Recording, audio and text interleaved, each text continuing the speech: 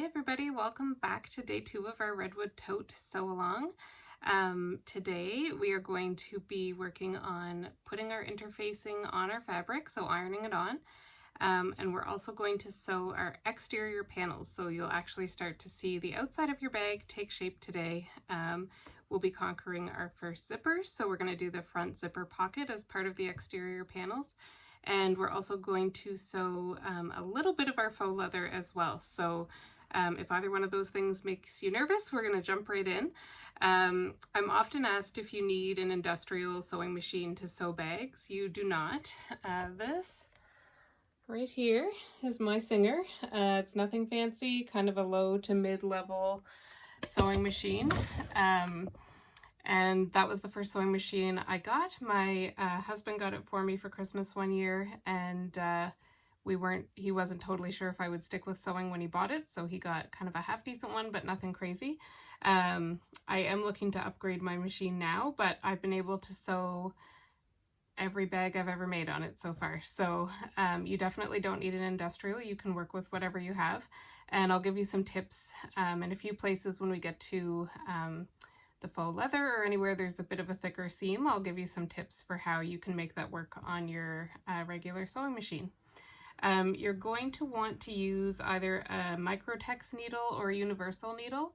I typically use Microtex needles for all my bags, and I actually use Microtex for almost all of my sewing now, just because it's what I use the most often. You can also use universal. I actually don't recommend using a leather needle for the faux leather. You don't need it, and it makes the holes a little bit too big.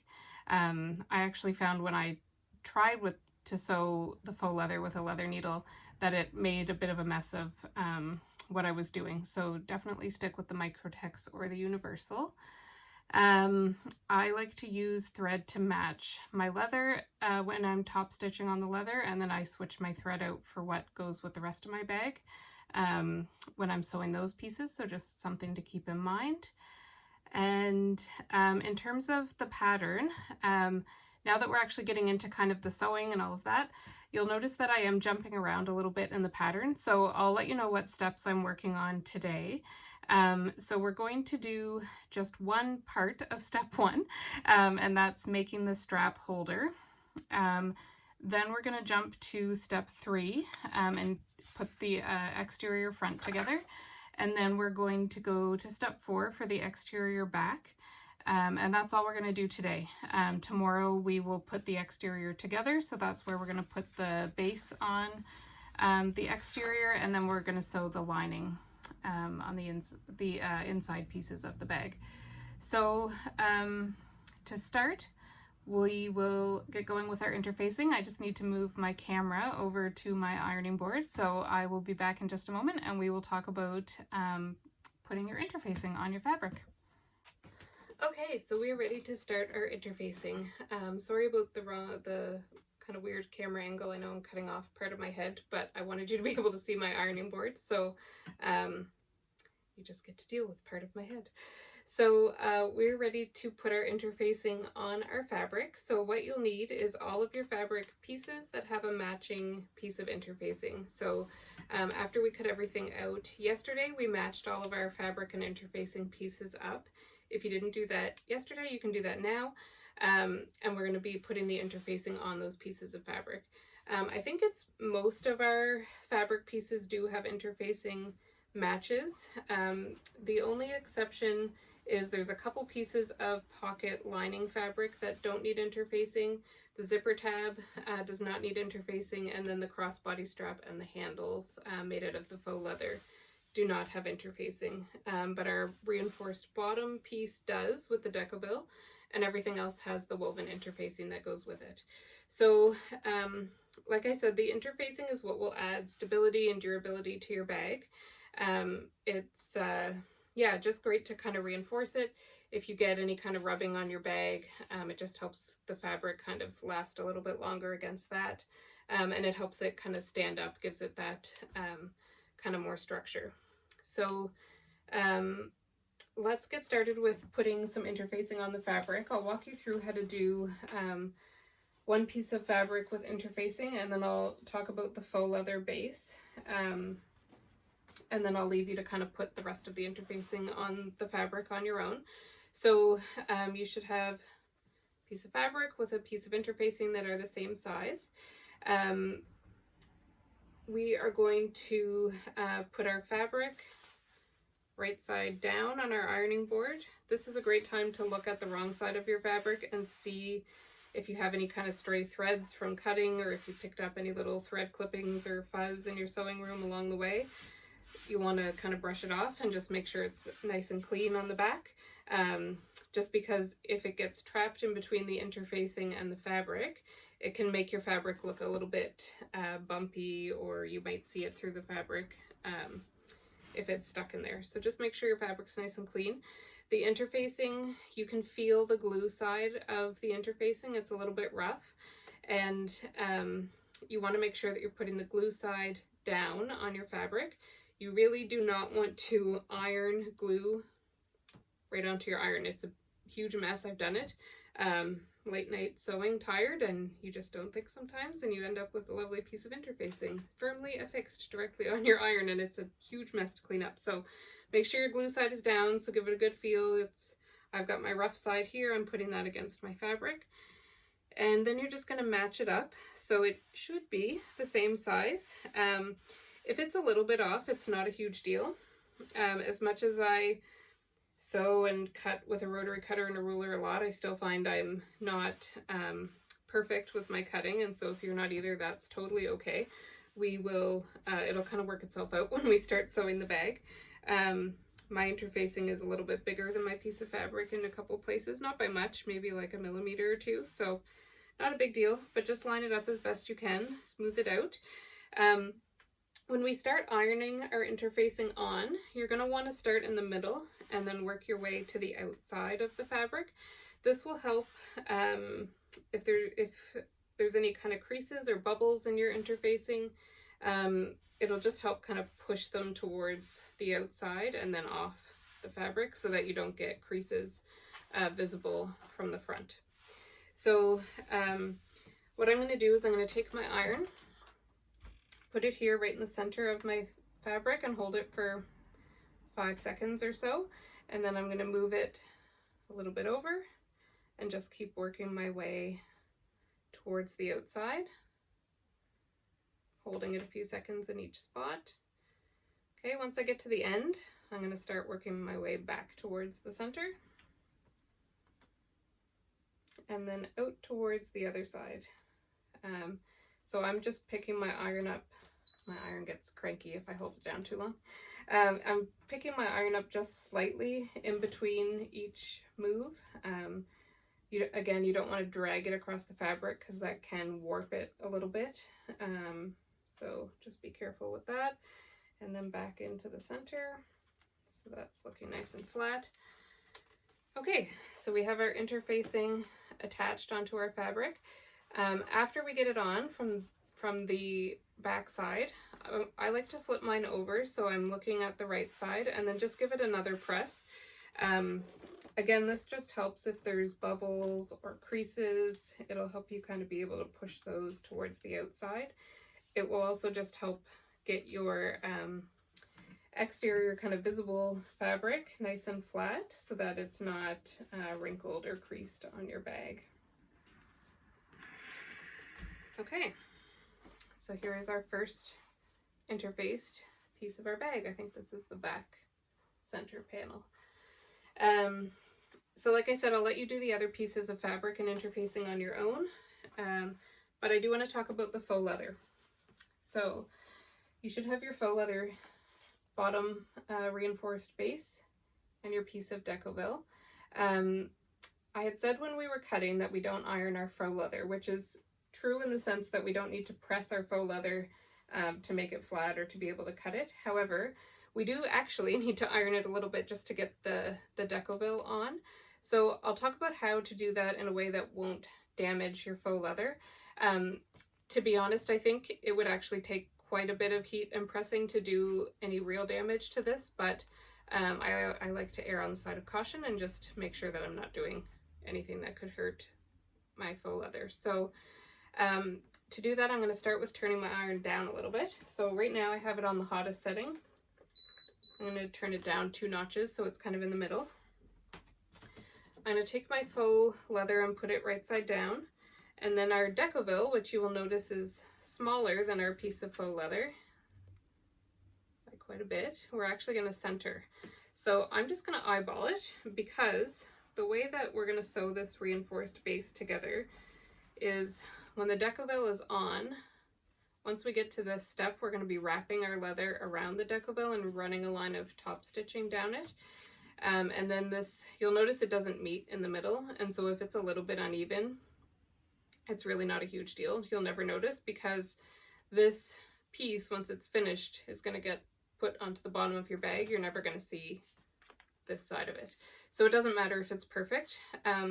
However, if you are a perfectionist, which I actually am, but not in this case, you can draw a vertical line down the piece of faux leather on the wrong side, and then you can draw a vertical line down the center of your Decoville on the non-glue side, and then you could match those lines up if you wanted to, but it's really not necessary. So the Decoville glue feels a little bit different than the Veratex glue. So with our woven interfacing, it felt rough. Decoville, it doesn't feel rough, but it does feel a bit sticky or tacky. It's also shiny, so if you're having trouble telling which is the glue side, I just hold my interfacing under the light and you can usually see the shine of the glue. So I'm going to put my glue side down, centered, and then the last step that I'm going to take to just protect my faux leather is I'm actually going to put a barrier fabric over top of this, just to kind of have some separation between the iron and the faux leather. So I'm just grabbing a scrap of fabric out of my scrap bin, and I'm going to put that down on top of this. You can kind of feel through your fabric to see where your Decoville is. And then I'm going to do exactly the same thing I did for the woven interfacing. So I'm going to start in the middle and just leave the iron for a couple seconds, move it around. I probably actually don't keep my iron in one place as long on the faux leather, again, just to make sure that we're not doing any damage to the leather. So I'm going to move it around a little bit more and just go back and forth over it a couple times. Okay. So then, now we have our Decoville attached to our leather. The other difference is that I'm not going to iron from the right side.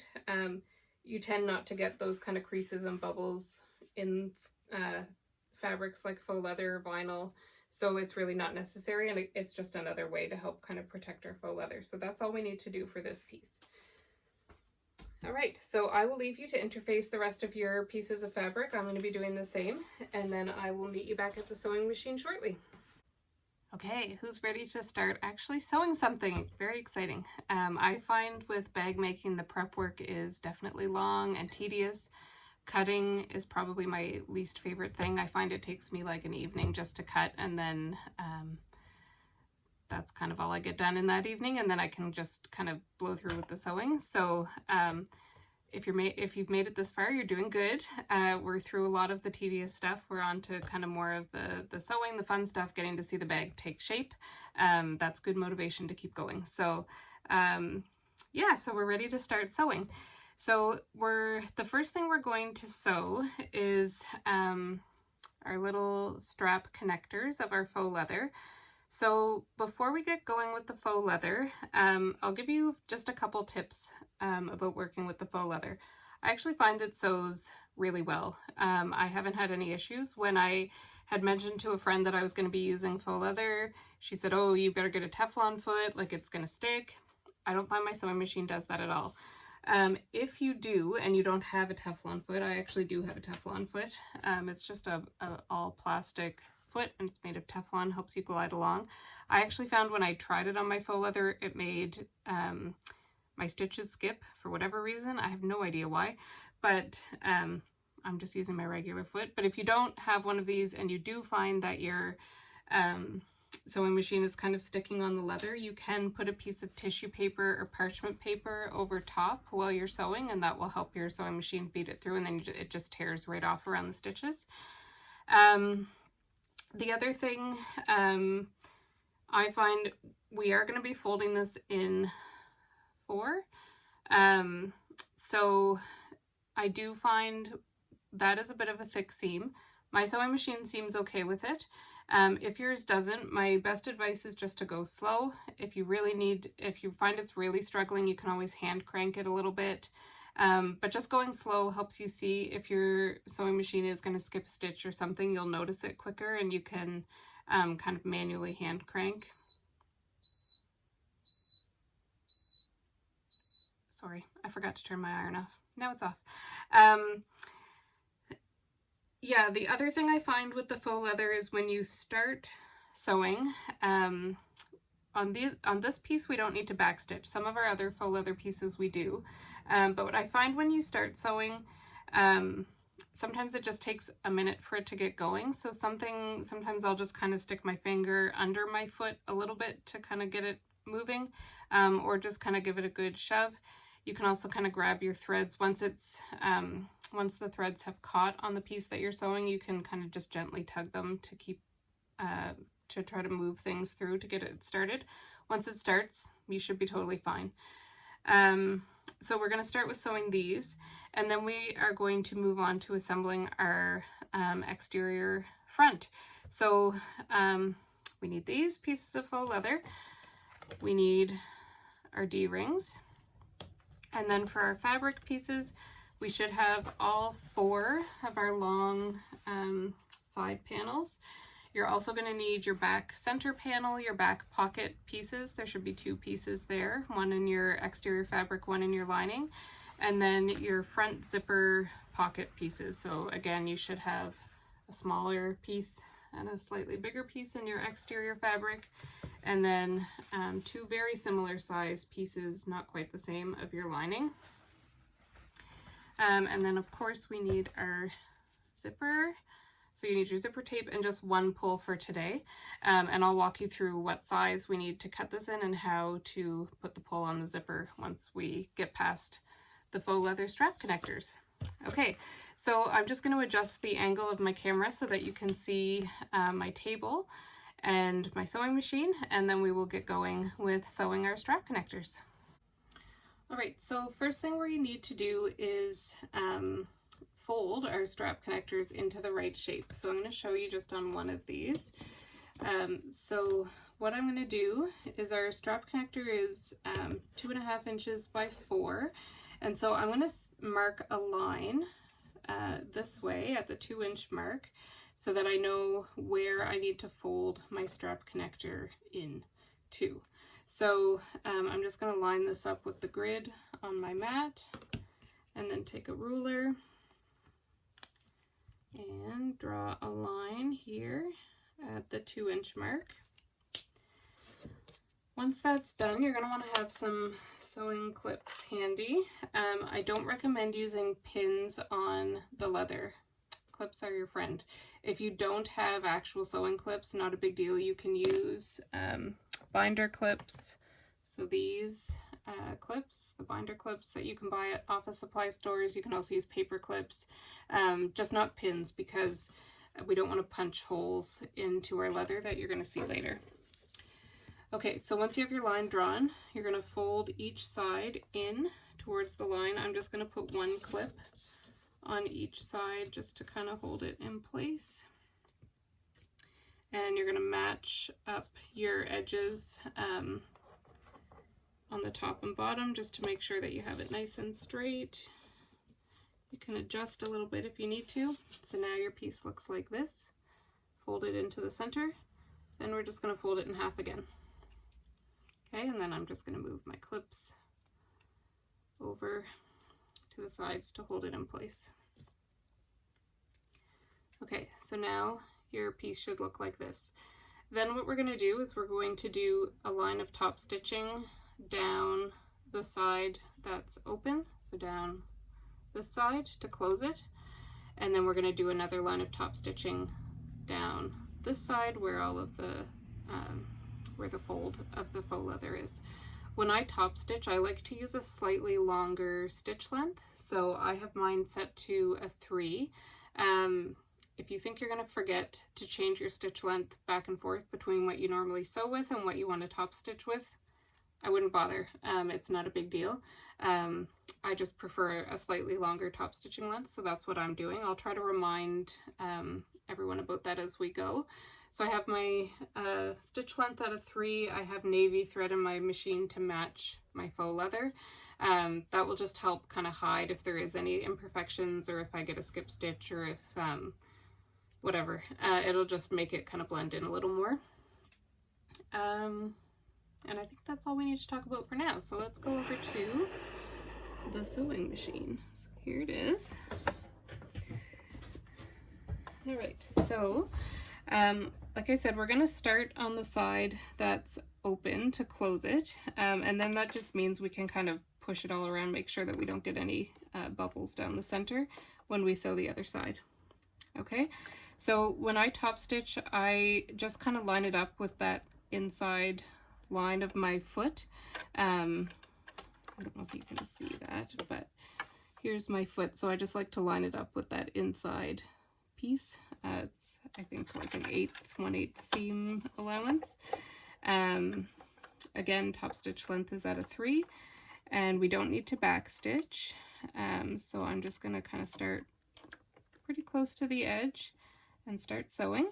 Okay, so you can kind of see that it's a little hard to get going. I just kind of butted my thumb here on the edge and gave it a push to get it going. Now that it's in there, it'll just sail right through.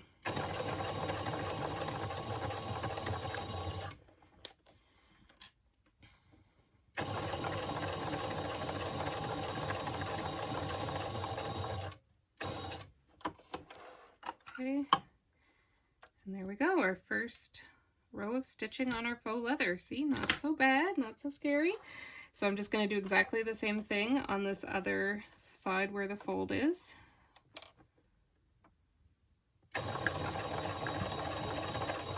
Yeah, okay, so you can see there I had a little bit of a harder time getting it going, but again, it did go with a little bit of encouragement now that it's in there.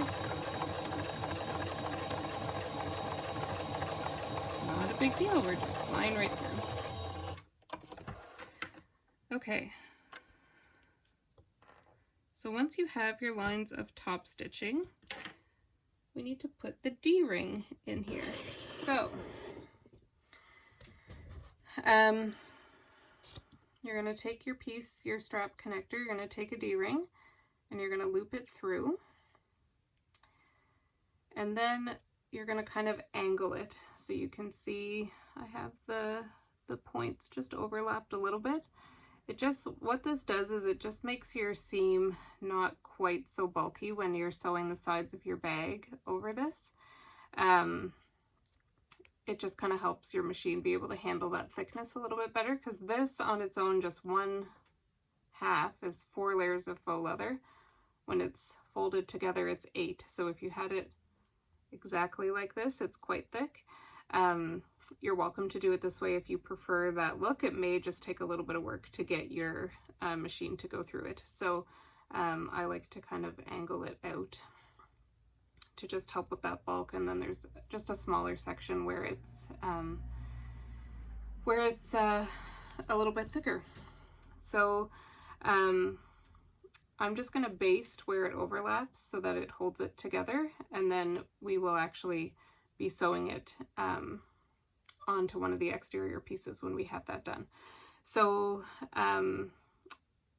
for this part, let me just move the camera back over to the sewing machine. I'm just going to kind of eyeball it here under my foot. And you want to be kind of close to the bottom. This is just a basting stitch. We're not going to see it on the outside of the bag. It's just going to help us hold this together now. And again, just go slow over the layers.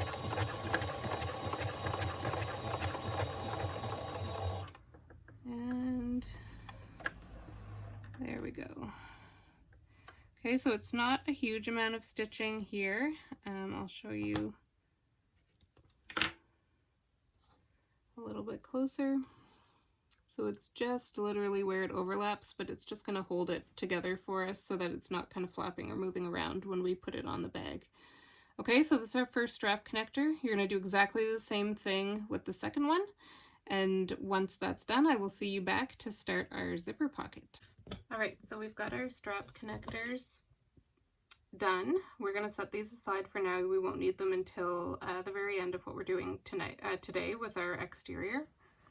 It's tonight for me, maybe it is for you too. So the next thing we're going to do is we're going to conquer our first zipper. So if you've never sewn a zipper before, this is nothing to stress about. I think a zipper pouch was maybe my third ever sewing project, so I think maybe just because I started zippers early, I never really knew to be afraid of them. But I know a lot of people are nervous about zippers. I will say my one caveat to that is I am absolutely terrified to sew a zipper into like a knit fabric for a hoodie, so yeah, I guess I'm terrified of zippers too, but not in a bag. So I'll walk you through this step by step. We're going to go slow. I'm going to sew right along with you the whole time. You can pause the video whenever you need more time to complete a step, no big deal. First thing we need to do with our zipper is get the pull onto the zipper tape. Sometimes it goes on really easily, sometimes it's a battle. Hopefully tonight is easy. If it's a battle, then all the better. We'll be able to work through it together and I can show you how I kind of work through that. There are all kinds of YouTube videos and tutorials for getting zipper pulls onto your zipper tape. I think the one that I liked the best was from Sally Tomato. If you search for that, if you're having trouble. There's lots of interesting methods. Some people use forks to get them on. I've never felt like I have needed to use a fork, but that is quite a common thing. So you can always look up the fork method. But yeah, so before we get the pull on, we need to cut our piece of zipper tape to size. So you'll notice in the pattern it calls for a 6-inch zipper. This is not a normal zipper. Normally, like if you went to the fabric store and purchased a 6-inch zipper, you'd actually have a bit more zipper tape than that because you would have your zipper stopper on either end and then there's a little bit of extra tape on either side. So we're actually going to cut our zipper tape at 7 inches, which is exactly the same length as the top piece of our pocket pieces.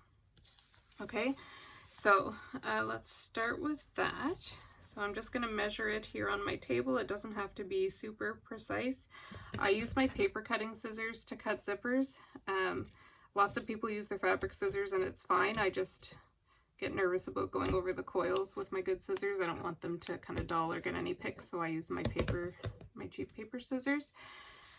So we have our 7-inch piece and then we have the rest, and this longer piece is what's going to go on the top of our bag, so you can just set that aside. We won't need this until day 4, I think. So with our little piece that we need to put our zipper head on, step 1, you're going to just use your fingers to kind of pull the coils apart a little bit, and then you're going to take your zipper pull. I like to put the zipper pull on as if I'm closing the zipper. What that will do is it will keep your zipper closed at both ends, which just makes it a whole lot easier to sew with. So what I'm going to do is I'm going to feed the 2 ends onto both sides of the top curved part of the zipper pull.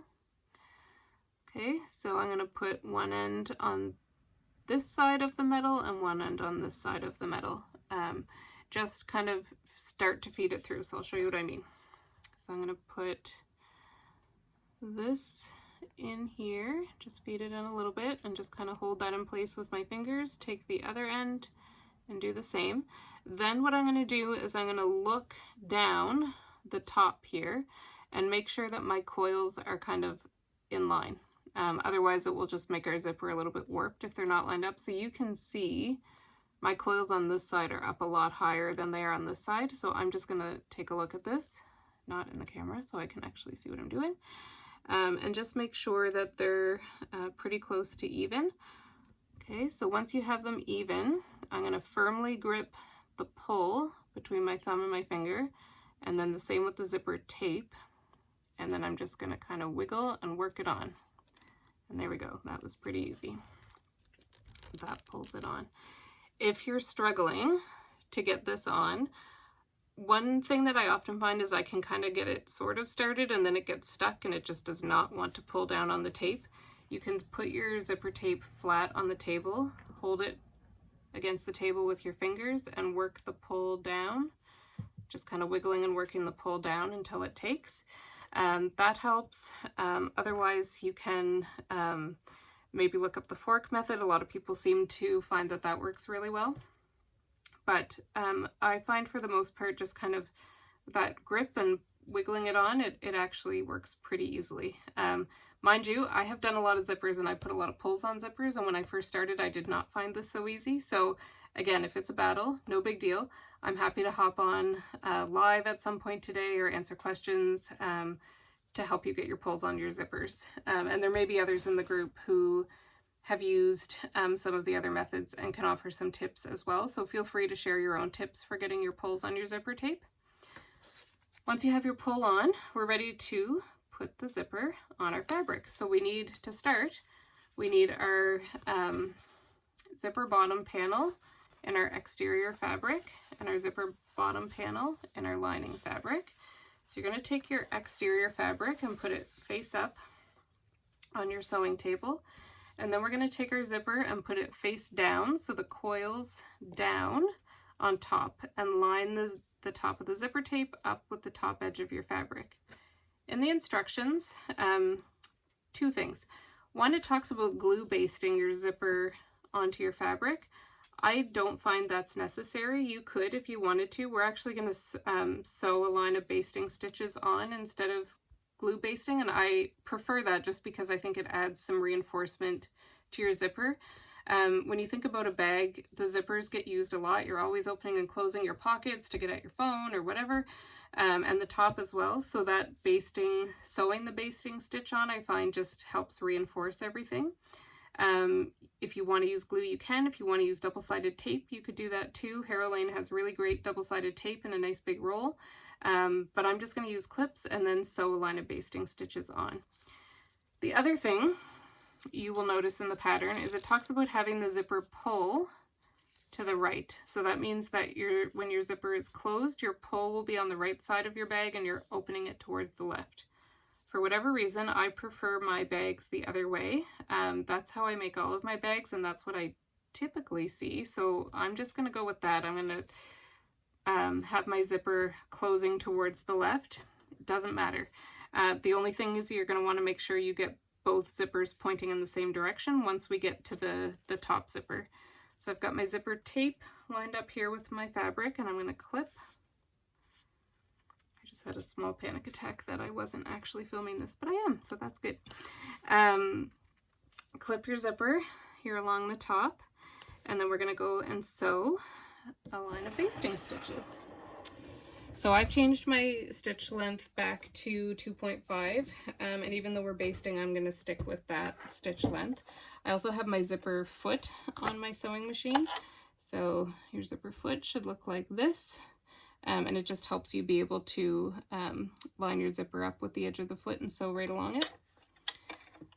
So make sure you have your zipper foot on your machine.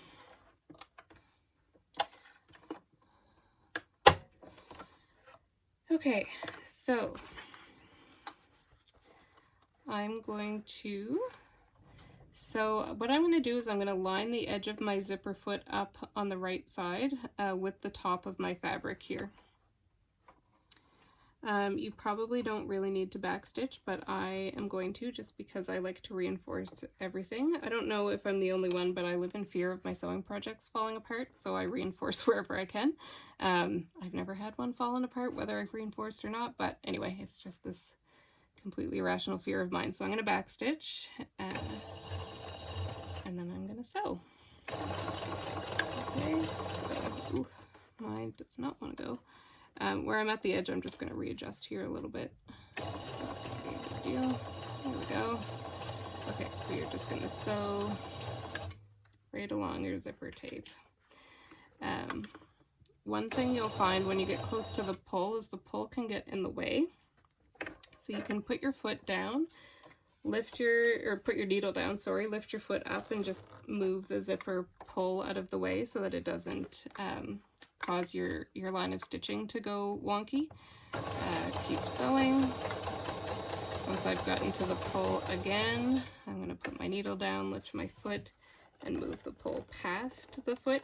One thing to keep in mind where this is zipper tape, we don't have a zipper stoppers on either end, so just be careful that you don't pull your zipper pull all the way off your zipper. At this stage, if you did, it's not a big deal. We could get it back on, but it's just annoying. So just be mindful of that. And then we're just going to keep sewing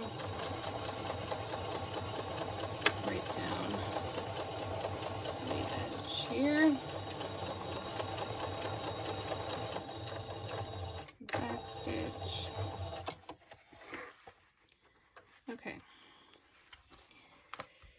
So now we need to add our lining fabric. Okay, so yours should look like this. So now what I'm going to do is I'm going to take my lining fabric and put it face down on top of the zipper. So what you're doing is you're sandwiching the zipper in between your exterior and your lining. So in a lot of bag patterns or any patterns, you'll hear this called your zipper sandwich. So that's what we're doing. We're making our zipper sandwich now. So I'm just going to clip this here along the top. And then I'm going to take it over to my machine and sew. So what I like to do to sew this is I like to sew it with the exterior fabric on the top, and it just helps me be able to feel where these zipper coils are and line my stitching up with them. You don't want your stitching to be kind of right on top of them. It will make it harder to open your zipper. So I just kind of tend to look at how things are lining up. I have mine at about a 3/8 seam allowance here, and that just creates a little bit of space right along here in between where my stitching will be and my zipper coil. So again, I'm going to back stitch and then start. Okay, so what I'm finding here, which may happen, is my fabric has gotten stuck on the edge of my foot a little bit. I don't know if you can see that. But all I'm going to do is I'm just going to lift my foot so that it's back over top of the fabric and the zipper, and then keep going.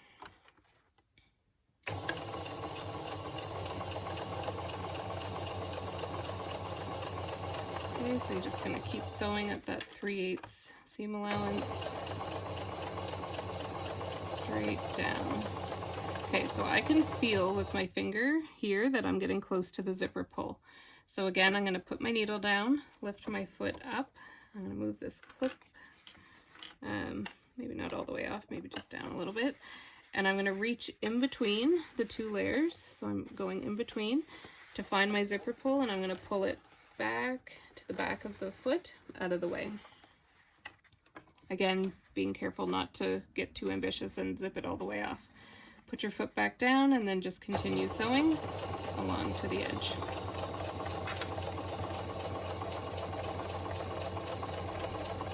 Okay, once you get to the end, I'm going to back stitch again. And now we have our zipper installed on half of our pocket at least. Okay, so once you have this done, the next thing we're going to do, you can flip it around. So you're going to have the right side of your lining fabric on the back, the right side of your exterior fabric here on the front. And then what we're going to want to do is go over to your iron and give this a good press. So you want to make sure that you have your fabrics pulled down right to that stitch line and give it a good press on that fold. Same on the back. I like to press on both sides just to make sure that I've got it nice and pulled down away from the zipper. Sometimes when you're pressing from the front, the back lining can kind of fold up a little bit and cause a problem when you're opening and closing your pocket. It can get stuck or be bulky. So if you iron from both sides, it just makes sure that you can really adjust when you're ironing and pull the fabric down before you iron. So I'm going to run over to my iron and do that. You can do the same. Then we're going to come back over here and we're going to top stitch underneath here along the zipper to help, again, just to help hold our fabric down away from the zipper so that we don't run into anything getting stuck in the zipper when you're opening and closing it. Okay, so we have our fabric ironed away from our zipper, and now we're going to top stitch.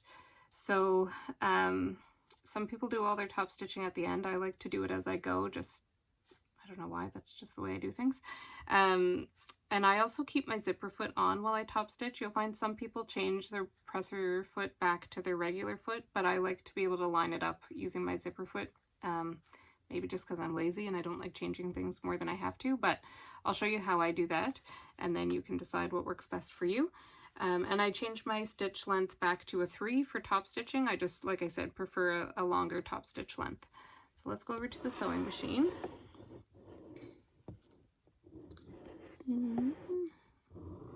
Here we go. Okay, so the bulk of our fabric is going to be kind of going in to the sewing machine, and then where the zipper is where we're going to line it up. So I like to line the top edge of my fabric up with that outer edge of my zipper foot where it clips onto the machine, and I'll show you what I mean. So I line it up with this part of my zipper foot here, and that is about 1/8 of an inch from here into where the needle actually sews through, so it's just an easy marking to use. Ooh. Okay, so once you get that lined up, again, I'll probably take just like 1 or 2 back stitches here, and go nice and slow when you're top stitching so you can keep it straight and even. And then you're just going to keep your fabric lined up with the edge of your foot and sew right along. I like to kind of stop once I get about halfway and just double check that on the back my fabric is still pulled down, and on the top, and then sew the rest of the way across.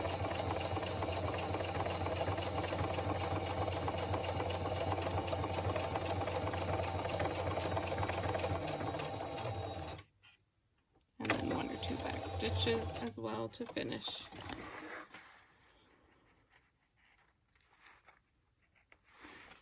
Okay,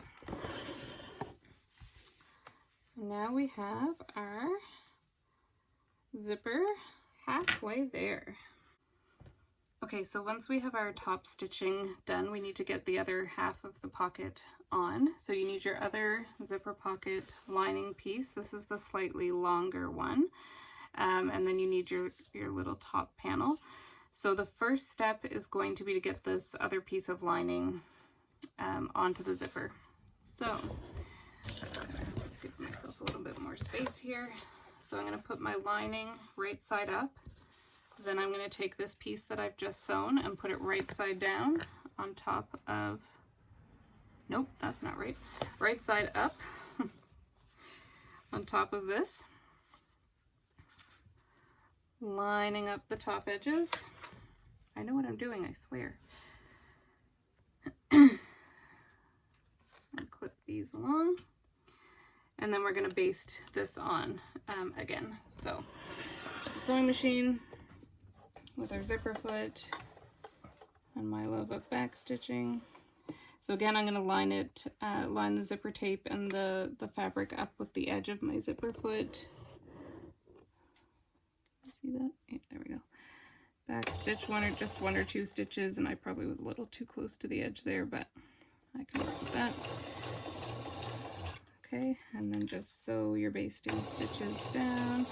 Again, I'm going to move my zipper pull out of the way, so needle down, lift up my foot, just move this back a little bit until I get a little more sewn.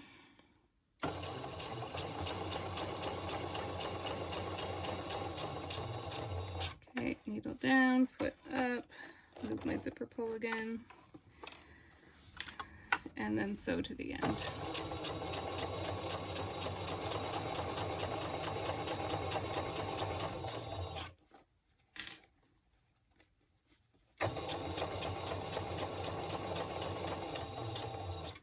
And back stitch. Okay, once we get that on there,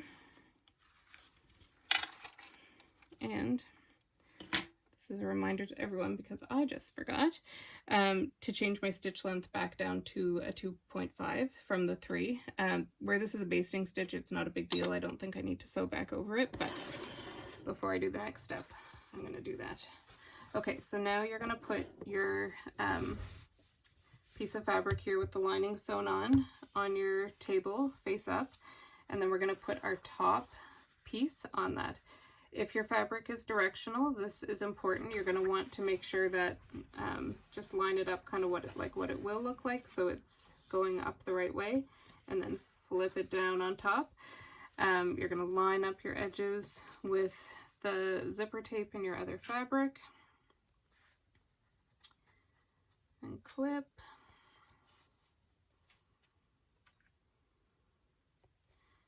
Okay, now I can already feel like my zipper pull is really close to the edge, so I'm just going to open it up a little bit now and then back over to the sewing machine.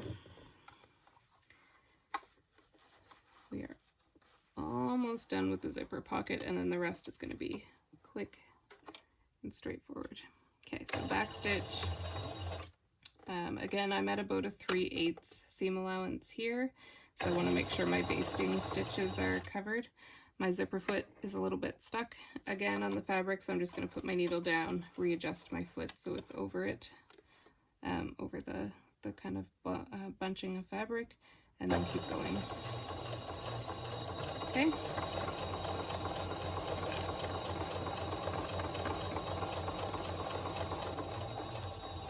Okay, so I'm getting close to my pull. So once again, I'm going to just move that out of the way. I'm going to pull it back away from the foot by reaching in between all the layers, and then just sew right down to the end.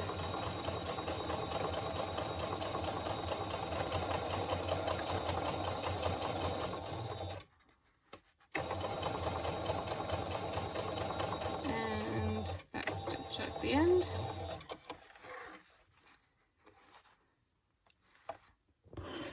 Okay, so now we're going to do similar to what we did before with our ironing, just one difference. So because of the way this pocket is sewn in, we actually are not going to pull the lining away from the zipper because otherwise it would look like this, and we don't need that. This lining is actually going to be inside your zipper pocket here. Okay, so the only thing we're pressing is just this one exterior top panel. You're going to pull it up away from your zipper, give that a good press, and then we're going to top stitch that exactly like we did before. So again, with this piece going in your sewing machine, lining the edge of your zipper foot up with the edge of that piece of fabric, and top stitching.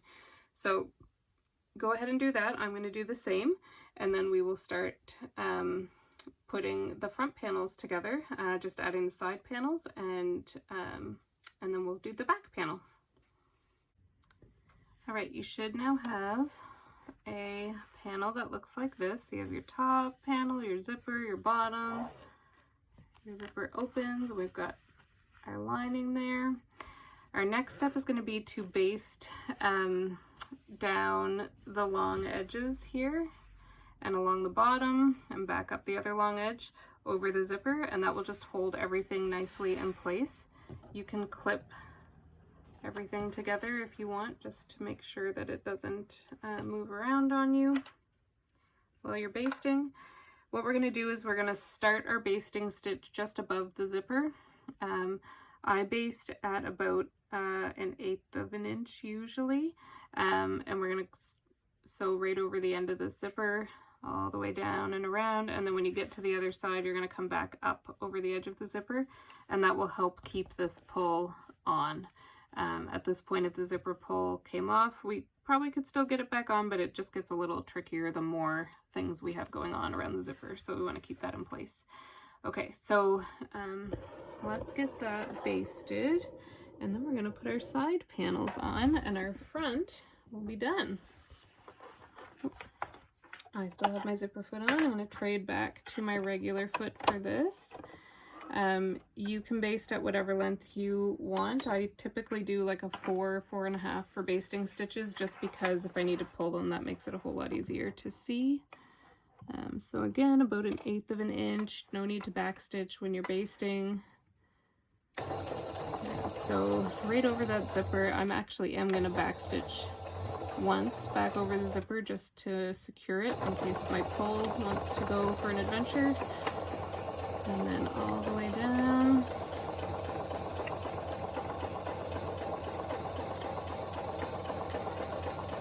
Once you get to the corner, to turn the corner, you're going to want to stop stitching at about 1/8 of an inch from the corner. I'm just lining everything back up here.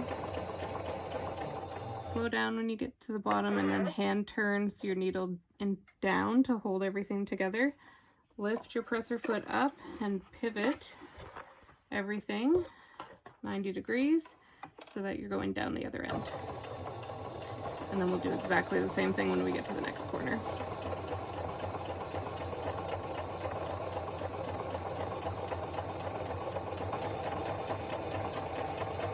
Okay, so I'm getting close to the corner. I'm gonna put my needle down, pivot. I probably could have gone one more stitch.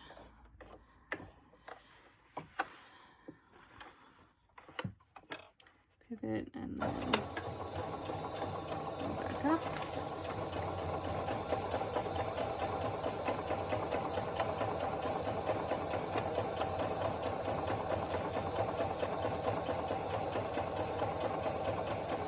Okay, again, I'm going to sew right over top of the zipper here, and I am going to backstitch over the zipper just to keep it secure.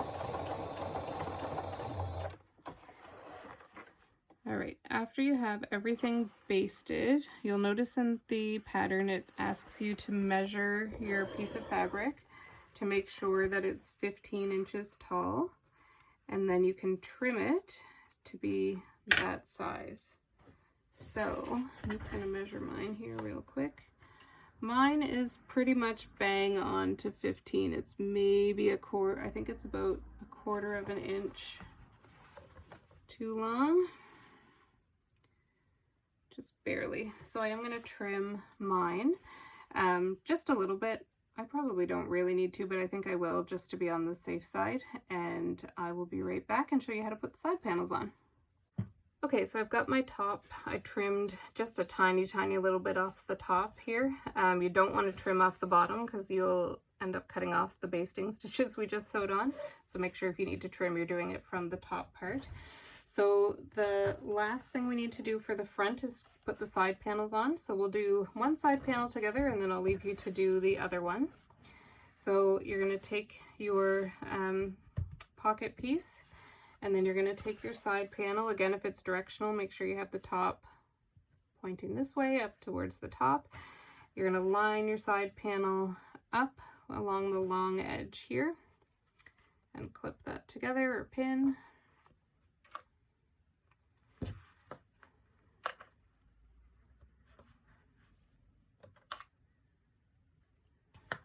Okay, and then we are just going to sew this together with, it says a scant 1/2 inch seam allowance. So I will, you want your, to line it up kind of just inside the 1/2 inch mark on your sewing machine. Make sure your stitch length is back to your normal sewing stitch length. And I like to back stitch, as I said.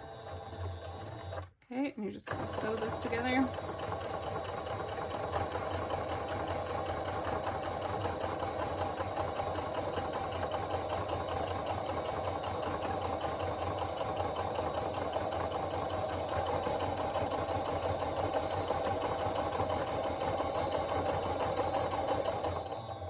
And there goes my iron again, sorry everybody.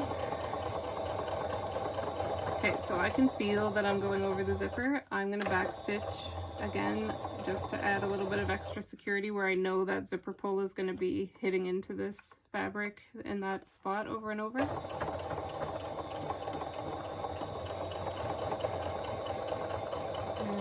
up.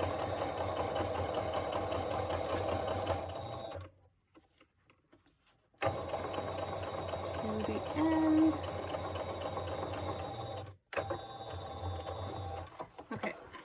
Once you have the side panel on,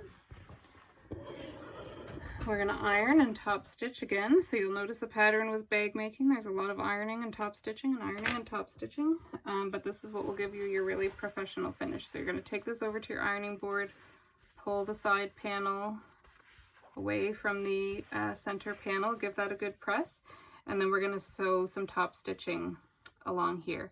So I will come back and walk you through the top stitching for this side, and then I'll leave you to do the other side panel yourself. All right, I've got mine ironed, so now we're going to sew our top stitching rows. You can choose to do 1 or 2 rows of top stitching. I did 2 on my sample bag, and I believe the pattern calls for 2.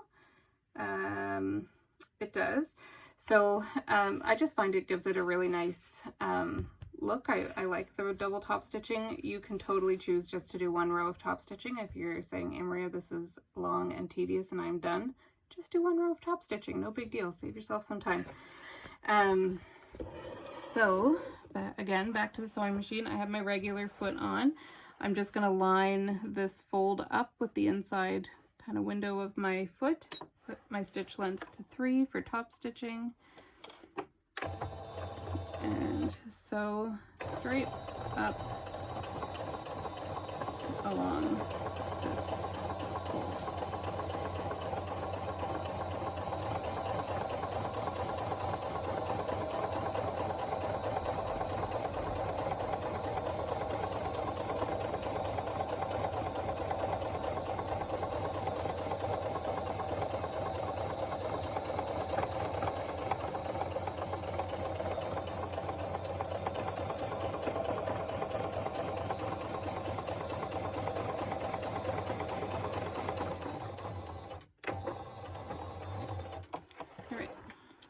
And then you're going to do your second row.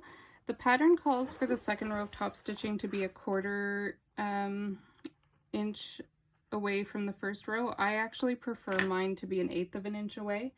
I just find the 1/8 to the 1/4 just seems like a really big jump to me. But again, it's completely up to you, personal preference. If you want to follow what the pattern suggests, absolutely feel free, because the pattern was written the way it was for a reason. But I'm doing mine at 1/8, so I'm just lining up that top stitching line that I just sewed with the inside of my foot and following that all the way along. And I tend to go pretty slow when I'm top stitching, just so that I can make sure that it's straight, especially where my thread blends in really well with my fabric. You want to make sure that your stitching is pretty straight here. It won't be too noticeable if it's a little bit off, but if it's a lot off, then you'll see it. Okay, so there's our first side panel on. We're going to do exactly the same thing, whoa, sorry about that, with our second side panel. So I'm going to leave you to do that. I'm going to take care of mine, and then I will come back and we'll walk through the back of the exterior, which is much quicker because it doesn't involve a zipper. So we're almost done getting our exterior together. So I'll see you back after you get your second side panel sewn on here to your front. All right, so you should now have a front panel that looks like this with a functioning zipper pocket. You can stick your hand right in there and see you have a good pocket. Zipper back up. Isn't it pretty? Look at that. I love this fabric. It's so beautiful. All right, so back panel, then we're done for today. The back panel, as I said, will come together much quicker because we don't have to do a zipper. So you're going to have your last 2 side panel pieces, your back center panel, your back pocket main, and your back pocket lining. So our first step is to deal with the pocket. This is a quick and easy pocket. I gotta figure out which way do I want this to go. Maybe this way. So you're gonna put your exterior piece right side up, put your lining right side down on top of that, and line up the top edges. This is where you'll see my interfacing was a little bit bigger than my exterior piece. I think you can see that. I'm just lining my lining up with the fabric, and that will take care of that. If I lined it up with that interfacing, I'd probably be sewing a slightly diagonal line. Not the end of the world, but fine. So we're going to sew along here where we've clipped, and we are sewing at whatever the seam allowance is for this pattern, which is a 1/2 inch. I should know that. So we're going to sew this with 1/2 inch seam allowance. Here, just a regular 1/2 inch, not a scant 1/2 inch. Make sure your stitch length is where you want it to be.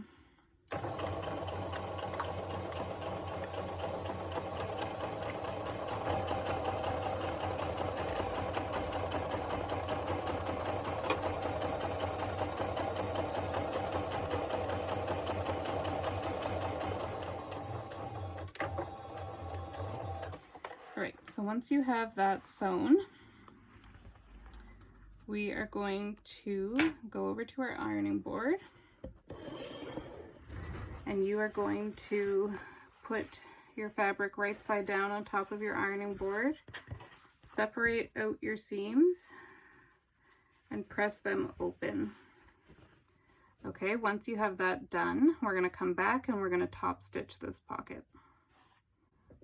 Okay, so after you have your seam pressed open, you're going to wrap your fabric back around. So you've got your lining here on the back, your exterior here on the top, wrong sides are together, and we're going to just top stitch this edge that we just sewed together. Again, we're going to do the 2 rows of top stitching. So one at 1/8 of an inch, the next at 1/8 of an inch from that row, and then we're going to put our panel together.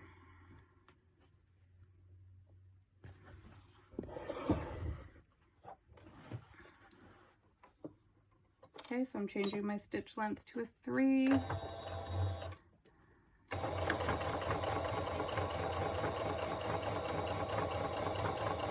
Whoops. Would help if you could see, huh?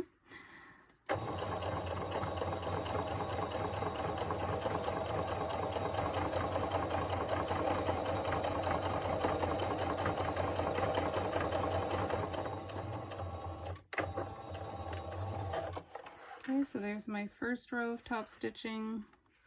Like I said, these double rows of top stitching can be a little bit tedious, but it makes the finished product look so nice and professional. It just gives it a really good put together look. So I like to do the double row.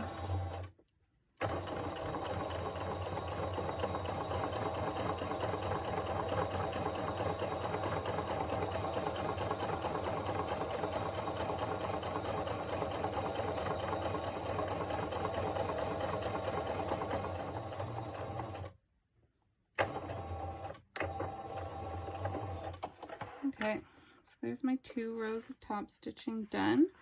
So now we need to get this pocket basted onto the center back panel. Okay, so I've got my pocket here, and I've got my center back panel. So you're going to lay your back panel right side up facing you. Then you're going to take your pocket and you're going to put it on top. Just give me 1 second here. There we go. Next page of the pattern. Okay, yep, so you're just going to line this up on the bottom. So you're going to put your pocket piece here on the top. Sorry, I can't get a camera angle where you can really see the whole thing, but just line up your bottom raw edges of your pocket, both layers, with the bottom raw edge of your center panel.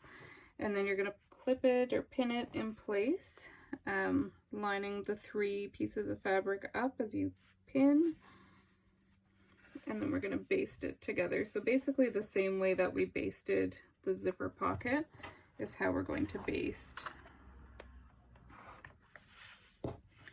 this one. Couple more clips here.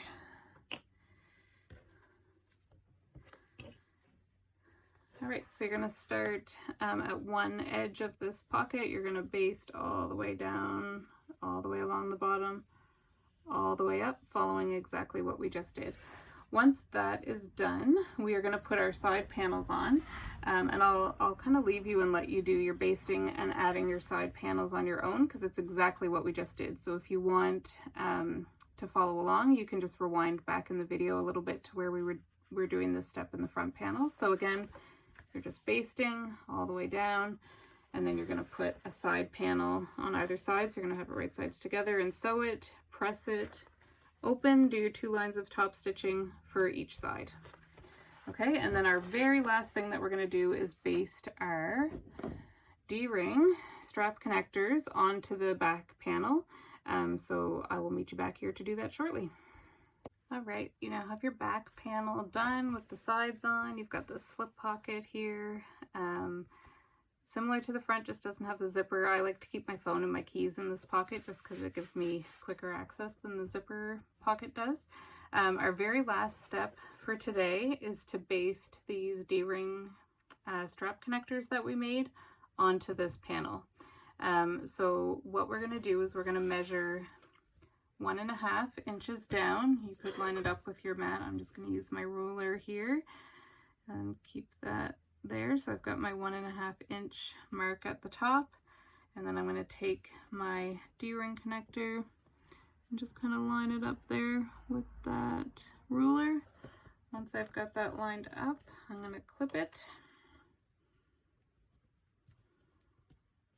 and then do the same thing on the other side.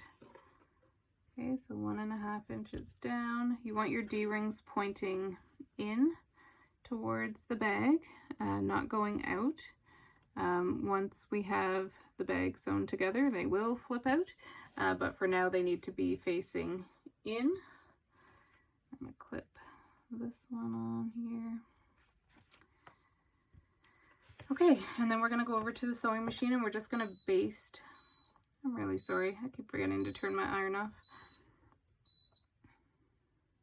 All right, we're going to baste it on. Sorry for the beeping. We're going to baste it at about 1/8 of an inch. In the pattern, you'll notice it has a tip to make sure there's 3/4 of an inch of space from our D-ring to the side of the panel. So you can give that a quick measure if you want. I have a little more than that, so we're good. Where we did this on an angle, you are going to have to kind of angle it a little bit here when you're basting as well. So just kind of play with that, make sure you're catching the whole thing. It's not a straight edge, of course, it's because of how we folded it over, but just make sure that you're catching the full connector when you sew it on. There we go. Okay, so I'm not going to change my thread back to navy for this. This basting stitch will be inside our seams, so you'll never see it. I am going to backstitch just because this will help secure our strap connector. So I'm going to put my foot down. This can get quite thick, so go slow. I'm actually going to turn the speed on my machine down a little bit. I have my stitch length set to a 2.5. Although we are basting, it's a stitch that will help add security and reinforce where your strap is going to connect. So I like to keep the stitch length at my normal sewing length.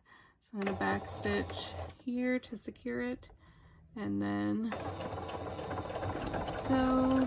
Okay, so you can kind of feel as you come up over this mountain here. Just let me adjust a little bit so you can see better.